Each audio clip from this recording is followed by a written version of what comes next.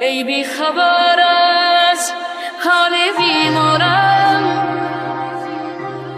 رفتی و خود را بسپارم. باور نکردیم حرف قلبم را، آرامی جانم دوستت دارم، دوستت دارم. دردت به قلب و رو جانم زد، عشقت فقط زخم زبانم زد.